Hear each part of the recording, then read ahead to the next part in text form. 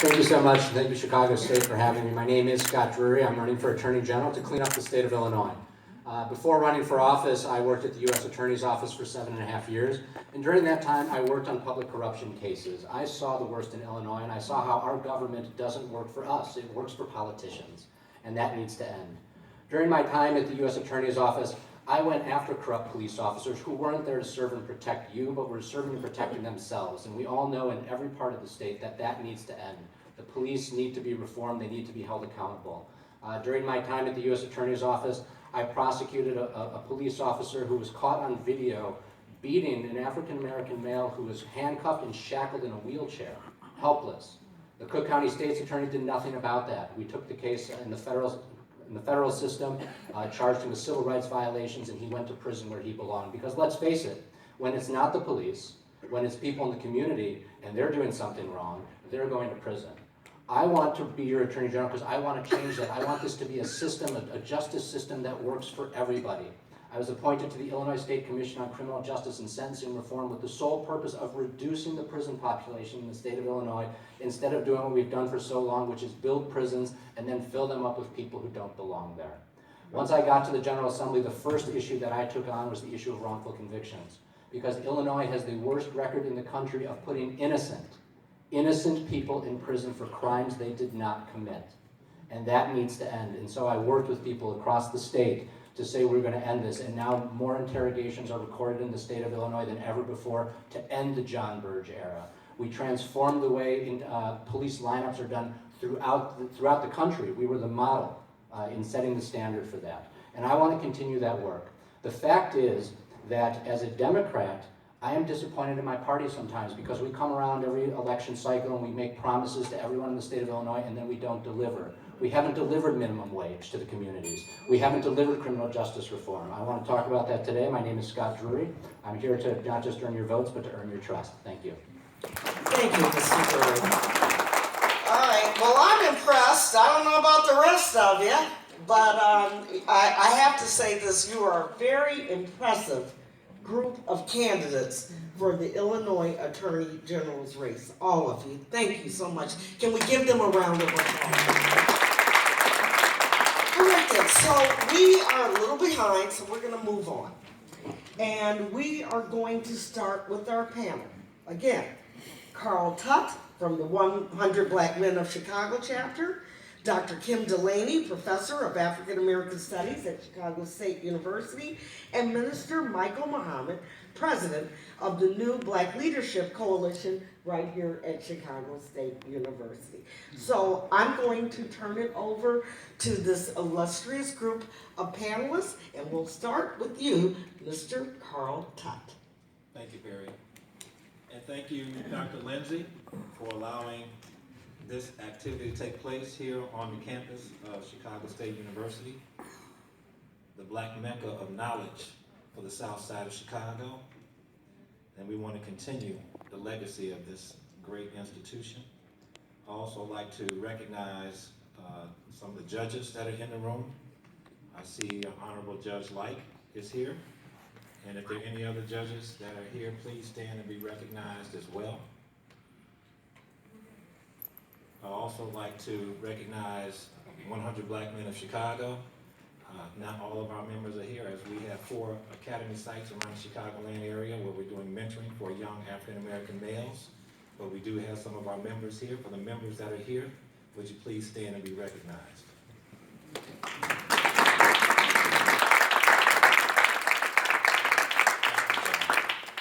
So to start off, you know, the Attorney General's office and the Attorney General, your primary responsibility and duty to us as citizens is to advocate, to legislate, and to litigate. So what are your top 3 priorities? To advocate, legislate, and litigate on behalf of the African American community. All right, and so what we'll do is we'll start with Mr. Ruiz, and again, Mr. Harris, how much time do they have? They have 1 minute, each of you, to answer the question, and we'll start with you, Mr. Ruiz. Thank you. The top 3 priorities are criminal justice reform. And when I came back from Champaign and moved back to Roseland 27 years ago, I got involved with the Community Alliance for Neighborhood Safety, trying to bring community policing to Chicago, because I saw what was needed, that we were needing more trust between police, more cooperation between police and community, that police come from our community. And so I look forward to continue that. We're going to have a consent decree. Lisa Madigan has filed suit against the City of Chicago and the Chicago Police Department, and so that work is going to be there, and I look forward to using some of that experience. Frankly, Charles Ramsey was the commander back then, who was in charge of community policing. He left the city and passed over for the superintendency, and I think it would have been done differently had he remained here as superintendent and been able to guide that work forward. So I hope we can go back and readdress that work and do community policing. CAPS, frankly, isn't it. We need to get that right. So I look forward to doing that. Consumer protection. I got to go down to U of I with only $300 in my pocket. My dad was already retired, didn't make a lot of money. I want to make sure that students can do that, not to be taken advantage of. And unfortunately, I didn't get to my third, but I will respect the time.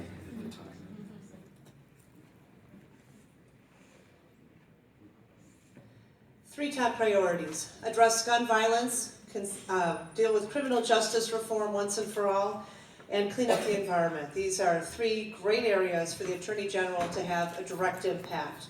The gun violence issue has to be addressed, and I've spent the last 3+ years fighting with the Illinois General Assembly, asking them to take necessary action to get crime guns off of our streets, to stop the flow and trafficking of guns from Indiana and Mississippi, and to address those bad apple gun dealers who are allowing people who should never have guns to get their hands on guns. We also need to address the very real impact of trauma on our neighborhoods and where that leads in terms of kids' ability to be good students, people's ability to go to work, people's ability to live safely in their homes. I also want to talk about criminal justice reform and the fact that with the consent decree needs to come teeth. We need resources, we need accountability, we need an independent oversight, we need metrics, we need timelines, we need outcomes. This has been a problem for generations, and those who are supposed to be protected by public safety cannot work effectively with public safety if they can't trust the police. We need to take very real steps and address that. And lastly, clean up the environment to ensure that everyone has clean water and clean air. All of us in this room are devastatingly impacted by polluters who are not being held accountable. My 3 top issues would be directing resources to the communities that need them the most, criminal justice reform, and consumer protection. Let me talk about resources. It's been talked about violence. I've had to go home to shootings directly in front of my home. I've had to talk to my kids about it. I don't live in the worst neighborhood on the south side by far. And so other kids have been victimized by normalized violence in our community. The Attorney General's office has a capacity to direct victims' resources. We have to make sure that those victims' resources get to the most victimized communities to interrupt the trauma that's caused by this normalized violence. Secondly, criminal justice reform. The governor talked about signing the bill to abolish the death penalty. Well, it had to be passed, and then we had to convince the governor, who had campaigned and said that he was for the death penalty, to sign the bill.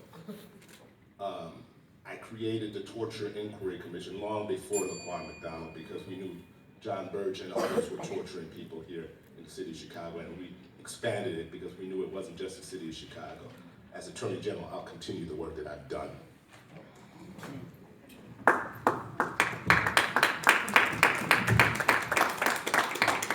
Well, I think the Attorney General has to be a lawyer for the people, and that starts with all the people. We need to take on Trump when he threatens our democracy over and over again, trying to take away Affordable Care Act, trying to put guns in schools. Donald Trump wants to protect assault weapons. I want to protect the people. I think it's very important that the Attorney General of Illinois be the strongest voice against Trump as possible. Secondly, I'm a consumer advocate. I believe in being a consumer advocate. I don't take campaign contributions from banks or insurance companies. I believe that we need to go after the red light camera companies, the operators, who are unfair to the drivers of this city and this state. It's very important to have an Attorney General who's independent, who doesn't have conflicts of interest. I don't. I think it's also important to have jobs. if we're gonna fight violence, the best way to do it is with a JOB. When I was governor, we started Put Illinois to Work. And if I'm Attorney General, we're gonna put people to work. That's the best way to fight violence, to make sure that everybody has a fighting chance to raise their family with a decent job.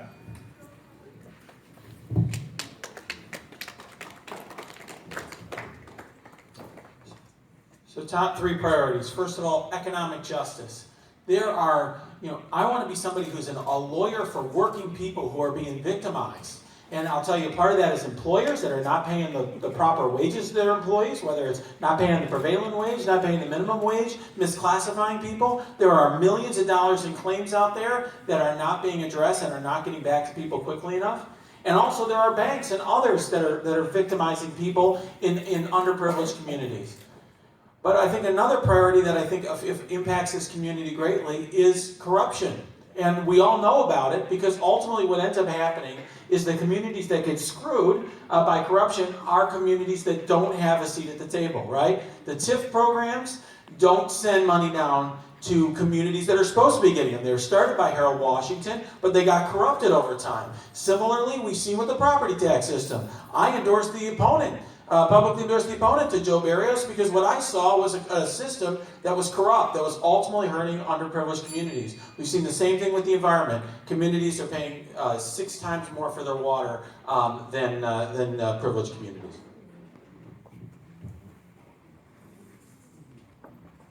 So it was the 3 top priorities for the black community, right? So we want to focus on that. Number 1, when I start as Attorney General, I will form a racial justice committee whose sole focus is to get racial justice because it's long waiting. And we haven't done that in this city, in this state, in this country. So that will be a top priority. But here are the 3 very important priorities that affects us all. And number 1 is standing up to these big powers, the big banks and the corporations. We have all these shootings going on, but we never look at the top. These gun manufacturers are inundating our communities with guns, and they're never held to account. We had to stand up to the powers that are doing this. They know exactly what they were doing. When President Obama became president, all of a sudden, gun sales skyrocketed because a black man became president. They knew exactly what they were doing. I will go after them. Number 2, as I mentioned in the beginning, real criminal justice reform. End this racist drug war. End mass incarceration. Have real police accountability where the community actually is involved and you all have enforcement power. And as I said before, we must fight corruption. We must understand what corruption really means. When we close down 50 schools, that's corrupt. We have to expand what that understanding is. Thank you. The 3 priorities for me would start, obviously, with gun violence. It's really tragic. We've seen our children are stepping up in a way that we adults have not really delivered on for them, and we cannot let them down. Gun violence, we need to work on stronger laws on a state perspective and a federal perspective. The Attorney General needs to play a more proactive role in enforcement. And then we look to support our communities with programmings that can address the underlying problems that lead to gun violence. So that's the first thing. The second thing is police accountability. Ladies and gentlemen, as the Chief Administrator of the Civilian Office of Police Accountability, I actually went out to the scenes of officer-involved shootings. And I have seen firsthand in my own eyes the devastation that these incidents cause to our community. And I tell you, you cannot have seen what I've seen and not want to make change. And I have put out a platform for police accountability because what we're seeing here in Chicago is not just in Chicago, it's across the state. So we need to change the rules regarding how the police operate in a way that our community finds acceptable. The last thing is corruption. As has been said, political corruption mostly affects us, and we need to wipe that out of our political system.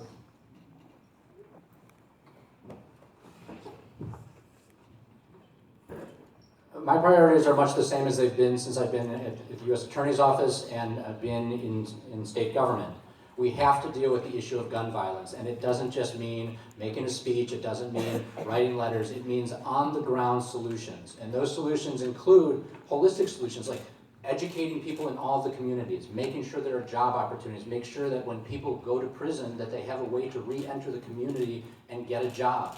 And too much of the focus is just on incarceration and increasing the sentences. That is not the solution. I've taken on the NRA, I've passed assault weapons bans throughout my entire community, but it's not enough. We have to talk about real solutions. We have to deal with police reform, and I've done it, I've talked about it, I've taken on the issue of wrongful convictions. I've the only one here who's prosecuted corrupt police officers and put a police officer who beat a helpless man, put him in prison where he belonged. And we have to take on the issue of corruption. We've all said it, and again, I have the experience. I have taken on public corruption. I've seen it face to face. I don't care what party the person's in. No one is above the law, and we need to make sure that everybody in the public understands that by taking the issue seriously. All right then, a round of applause for our first round of questions for our candidates. My next panelist is Dr. Kim Delaney. She is the professor of African American Studies at Chicago State University, and I'm going to ask all of you candidates, before you answer your question, to identify yourselves once again by name. And we're going to start at this end of the table at this time. Dr. Delaney. Okay. Welcome, everyone. I want to ask a question. Some of you have touched on a few things, but I want to get into some specifics. In your opinion, how was the Laquana McDonald case handled? What are specific aspects of that case that you would address through policy reform if you are elected Attorney General? Again, I'm Scott Drury. There are so many things that were wrong with the Laquana McDonald case and the way it was mishandled, not handled, right? First of all, there were people trying to get access, people in the community, not just reporters. They knew something had gone wrong and they couldn't get access to the video. The public needs to know what their police are doing. The police work for us, they don't work for government. And so we need faster access to what happens.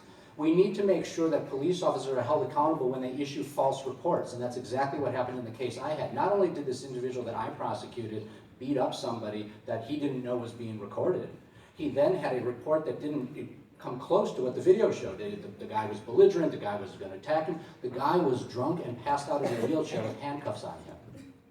We need to end that. The public needs to be able to trust the police. And to trust the police, we need swift action by the Attorney General's office, by all the authorities. We need to end the wall of silence amongst the police. They represent us. They don't represent their fellow officers. To keep the community safe, we have to get the bad apples out of the community. Pretty much anything that could have gone. Oh, thank you so much. My name is Sharon Fairley. Pretty much anything that could have gone wrong went wrong with that case. And then it starts first with the officer's use of force, right? It starts first with that. And that's why under my leadership, I plan to work to promote statewide policies that provide best-in-class direction to law enforcement on when and under what circumstances they're permitted to use lethal force. The second thing is the manner in which the incident was investigated was clearly not independent. And so we need to have protocols in place for law enforcement across the state to ensure that investigations of these incidents are done with integrity and independence. And then the last thing is we need an accountability system that is transparent, and clearly we don't have that here yet in Chicago. I mean, obviously, Lisa Madigan took the important step of stepping up to the plate and filing suit against the lawsuit to seek court monitoring over the reform of the Chicago Police Department. So that's a really important role of the Attorney General going forward, and having spent 2 years working on police reform and police accountability, I will be able to step right into that role and push forward, and I look forward to that.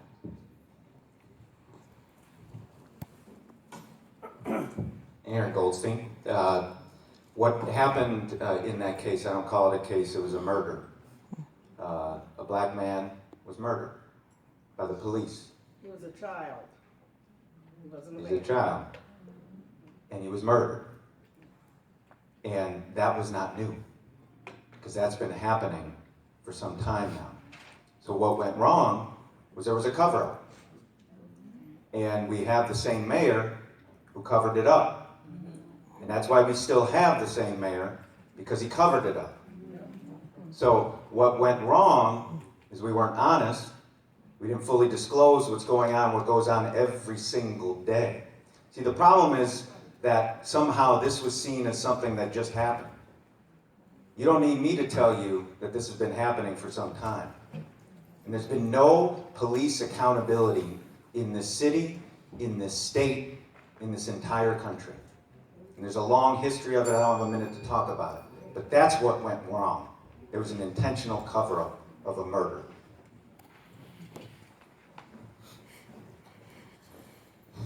Frankly, it just makes me angry to even think about this or talk about it. I think when I was investigating police officers, what I saw is a different set of rules that applied to them than applied to other people who are being investigated. And some of that has to come with the negotiations that we have with the FOP. So let's just be very real about it. When I was a federal prosecutor investigating that, what I saw is if you are a police officer and you're involved in a shooting, you get to speak to your own representative before you speak to law enforcement. I'll tell you, if anybody in this room who's not in law enforcement was involved in a shooting, there's no one who's going to rush to get you your representative to help you get your story straight before you speak to law enforcement. That's the truth. So what we have to do is we have to make sure the same rules apply to everybody, and we need to shine light on what's happening, and that's why we need an attorney general. When I talked about corruption before, I'm not talking about, oh, let's indict some guy who took a bribe. What I'm saying is we need to shine light and investigate the practices and the systems that are screwing over people in this city and in this state who don't have a seat at the table, who don't have anyone looking out for them. And that's why I want to be an attorney for people who don't have a voice, who can't afford a fancy attorney. That's why you need an attorney general. It's going to be independent, and that's what I'm going to be. Renata Marietta. I'm sorry, I didn't realize I was supposed to say my name every time. Well, my name isn't Renato Mariotti, it is Pat Quinn. And I know the man who did file the Freedom of Information Act request to get the video of the killing.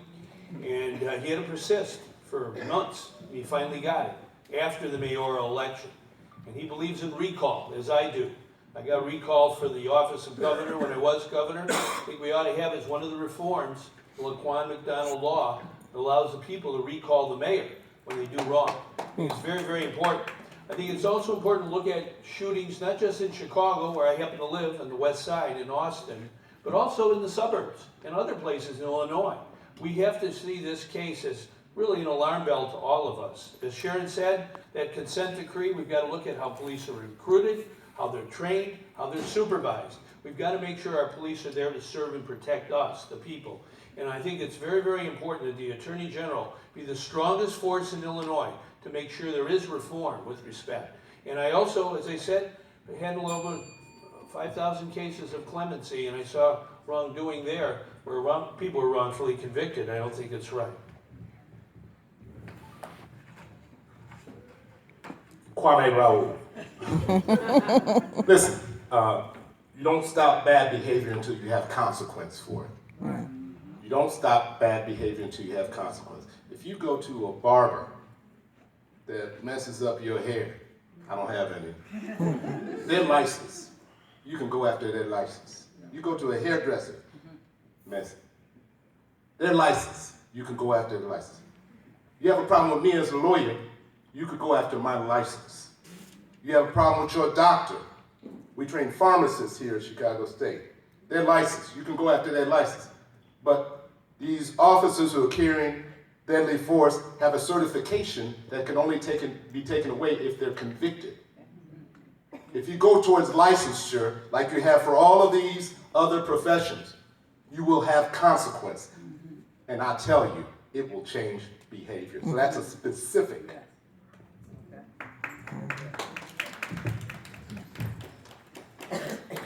Nancy Rodering. So the question was, how was the Laquana McDonald case handled? And I will go with you. It was a murder, and it was handled poorly. And it's a symbol of how things haven't worked for generations. It is a symbol of excessive force, unnecessary force. We need to adopt best practices, not just in the city of Chicago, but throughout the state. If you remember at the beginning of this conversation, I said to you, we are a city in crisis. We are a state in crisis. This is a symbol of that crisis. And the code of silence in the Chicago Police Department and in this area's police departments has got to stop. It isn't just here. It is in Waukegan. It is in North Chicago. It is throughout the state. And when you think about why are the police here, they're here for public safety. They're here to work within our human rights. They're not here to shut down lives with a code of silence and a lack of transparency that doesn't let people know what's really happening on the streets. Millions of dollars are being paid out because of bad decisions by the police. We need oversight, we need independent third-party oversight, and we need best practices.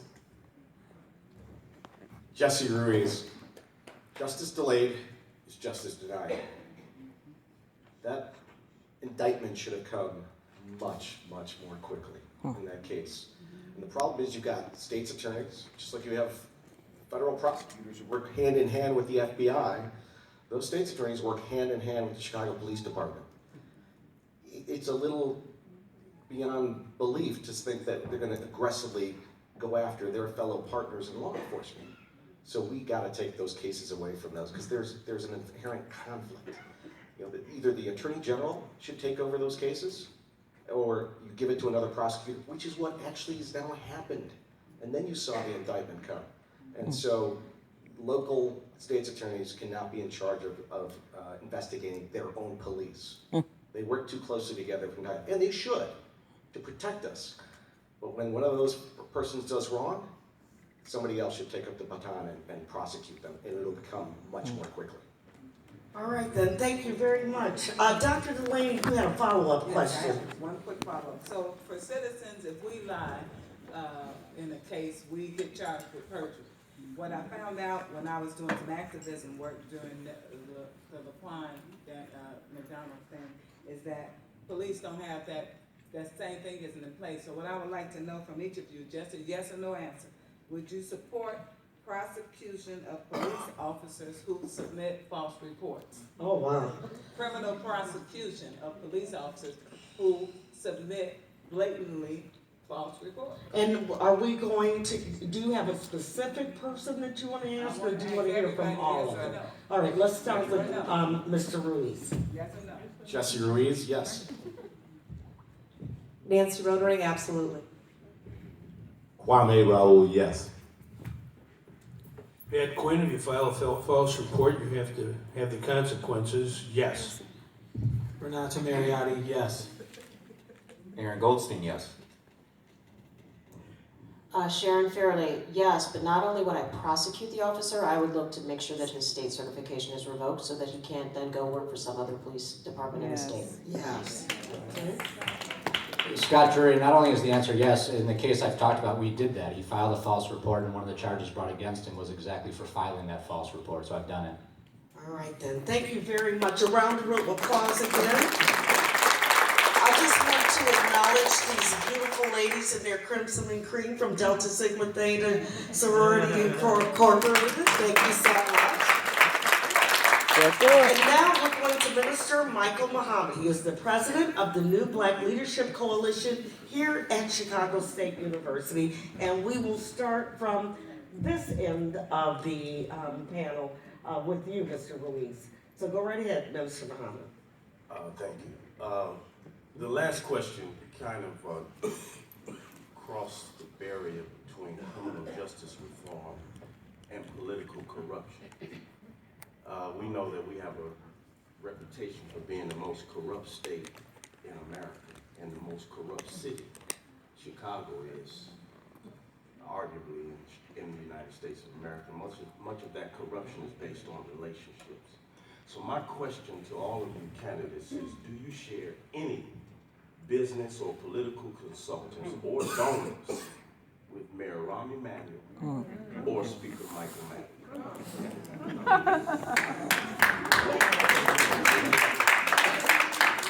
do not share any political consultants.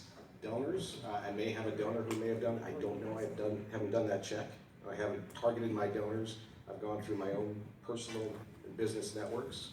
And so I can't tell you about donors, but I don't believe I have any of the same political consultants.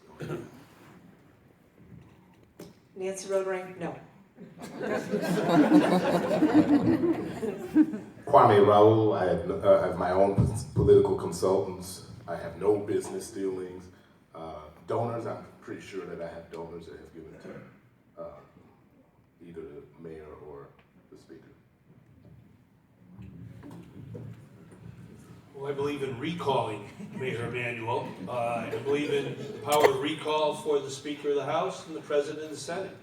I believe that I got it done for governor, and I think it's important that you not have relationships with Rahm Emanuel, or Mike Madigan. I've been booed by Mike Madigan. He led the booing in the General Assembly in 1976. They stood up and booed me for 3 minutes. Standing ovation. That wasn't the question. I don't have any kind of connections with either of them. Then They just say don't that. particularly. Just say it. All right, well, I don't. There you go. You gotta love when politicians don't answer the question, right? There you go. So Renata Mariotti, I don't share any political consultants. I don't believe I share any donors either.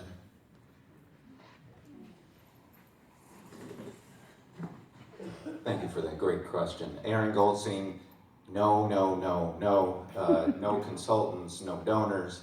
And we do donations, if you haven't heard, are a big issue in this race. And it's a big issue because as your Attorney General, we're going to be advocating for you against a lot of the businesses that are donating to the people, before you. So I don't take money from red light camera companies. I don't take money from tobacco companies. I don't take money from utility companies. I don't take money from People's Gas. I don't take money in large sums from politicians, i.e. the Senate, the Senate President, i.e. the second in line in the Senate, because I'm independent. And because you can trust that when I become Attorney General, I'm not bought. I'm not beholden to anyone. And that's what's very important, maybe even more important than any other race you're going to see.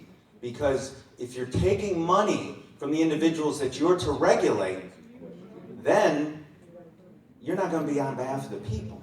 You're going to be on behalf of the people you're supposed to regulate. All righty then. Can we go on to Ms. Fairley? Go right ahead. I don't have any political consultants in common with either of those individuals. As far as donors, not as far as I know. And I think the question really gets to the heart of what's really the most important issue, I believe, in this race, and that is independence. And you have candidates sitting at the table here who have accepted hundreds of thousands of dollars from elected officials. I have not taken money like that. I have taken no money from the energy companies. I've taken no money from tobacco. And it's because I believe that the person in this office needs to be independent and needs to be able to make decisions based on what's in the best interest of the citizens without any debts owed or allegiances to the political elite in our state. Scott Drury. None of my campaign staff is affiliated remotely with Speaker Michael J. Madigan or with Rahm Emanuel. I could tell you that I'm the only Democrat in the House in the last 30 years who didn't vote for Mike Madigan to be the Speaker of the House. Last week, I was the first Democrat on the House floor to call for Mike Madigan to step down as the Speaker of the House because I don't think he's fit to lead the state. What has he really done for Illinois? What's he done for this community except make false promises? We need politicians who aren't just going to say they're going to be independent, who aren't going to just say, oh, I'll stand up to him if and when the time comes. We need people who are going to do that because, look, besides Madigan, we have Bruce Rauner. We need someone who's going to stand up to him. We have Donald Trump. We need someone